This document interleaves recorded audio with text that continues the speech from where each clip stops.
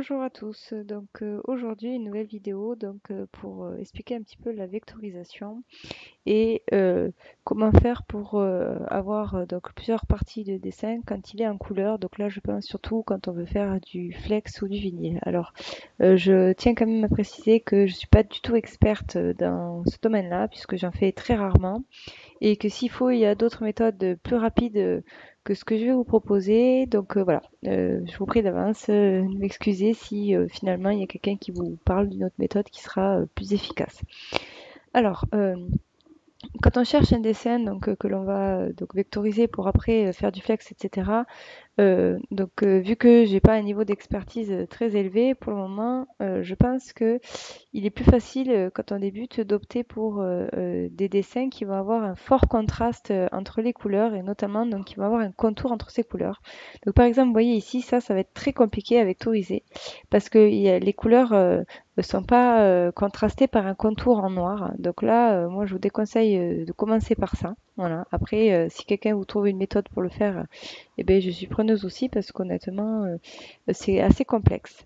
Alors, du coup, quand vous tapez la recherche sur Internet, je vous conseille de rajouter à colorier parce que quand on fait un coloriage, généralement, voilà, ce qui se passe, on a un contraste donc avec des traits noirs entre les différentes cases de couleurs, voilà.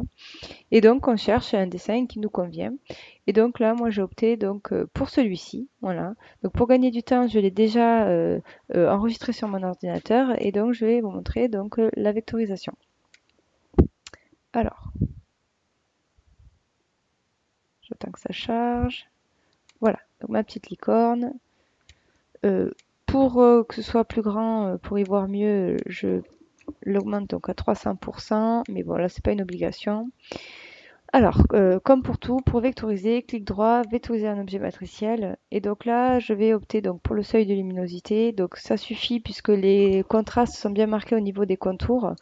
Et donc, je vais mettre à jour. Si jamais vous avez votre dessin qui comporte des zones en noir, optez plutôt pour détection de contour parce que ça vous évitera donc d'avoir toute la zone d'un seul bloc, ça vous fera bien le contour. Donc ici, je valide et donc voilà, donc ma vectorisation, donc ici. Alors, quand on implante après sur Canvas installé, je vous conseille ici de venir effacer cette image parce que je vais vous expliquer ce que ça fait. Donc là, je vais enregistrer. Donc, alors comme j'ai fait plusieurs tests avant de faire la vidéo, euh, j'ai déjà des licornes installées, enfin d'enregistrer. Donc je vais l'appeler licorne 5 pour pas me les confondre. Euh, je vais démarrer mon Canvas installé puisque moi j'utilise la version en ligne. Donc en attendant qu'il démarre, je vais venir ici sur mon Canvas en ligne. Donc charger ma licorne. Donc en fait, quand je charge un SVG en ligne, donc hop, licorne 5, c'est celui-ci. Il n'y a pas de souci, même si j'ai laissé l'image sur la vectorisation, parce que la version en ligne ne charge jamais les images. Mais sur la version installée, je vais vous montrer. Donc ça, je vais donc venir ici charger mon SVG. Hop, donc licorne, il est où 5, là. Voilà. Et donc ça me met l'image avec. Alors quand c'est une image en noir et blanc comme ici, c'est pas gênant parce qu'on voit vite la différence. Mais si vous avez regardé dans mes vidéos, il y a une vidéo sur le pop-up avec la tête de Mini Mandala. Donc j'avais fait un tutoriel dessus. Et donc la personne avait suivi mon tutoriel et donc avait chargé la vectorisation comme je l'ai fait là. Et elle se retrouvait donc avec deux têtes de Mini. Et comme en fait c'était en noir et blanc et c'était déjà un contour, on voyait très difficilement la différence entre l'image et la vectorisation. Donc quand c'est comme ça, vous cliquez là sur les couches et du coup ça vous permet de faire la distinction quand vous sélectionnez. Donc là j'ai sélectionné ma forme, là j'ai sélectionné mon image. Et donc forcément elle n'arrivait pas à faire les manipulations puisque toutes les manipulations en fait elle les faisait sur une image et donc forcément avec une image on ne peut pas grouper, dégrouper, diviser, enfin peu importe ce qu'on utilise. Voilà.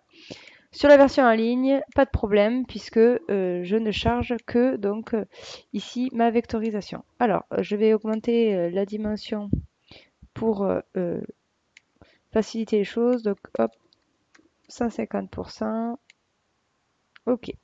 Alors, si je m'approche un peu et que je regarde uniquement ma ligne de découpe, c'est un double trait et c'est normal puisque comme ma figure est constituée en fait, la figure noire, la partie noire, ce sont des lignes. Forcément, quand ça vectorise, ça va venir vectoriser des deux côtés pour recréer la ligne.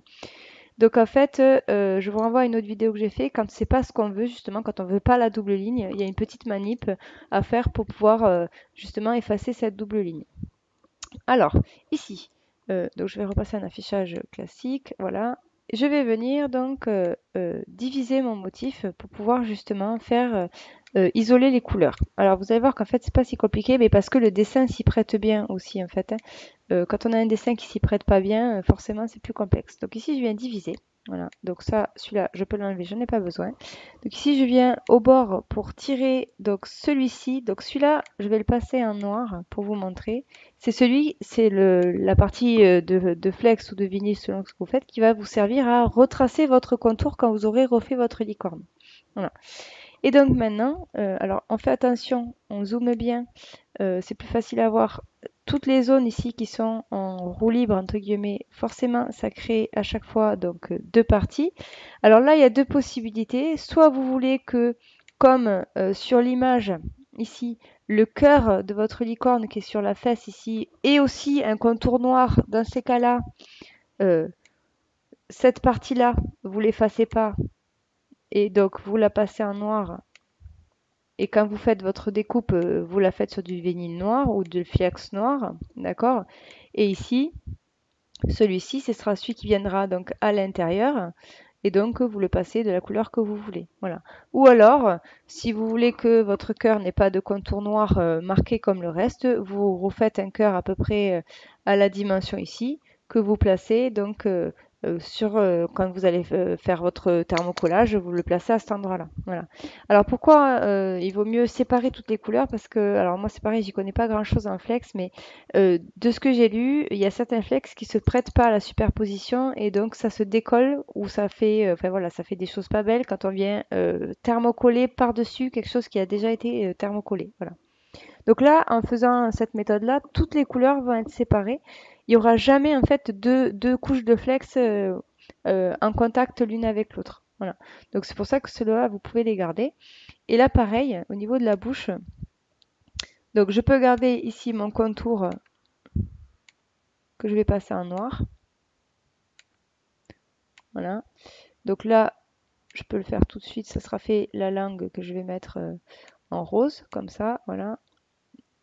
Et donc, pour l'œil, même chose. Ah, j'ai pas attrapé le bon.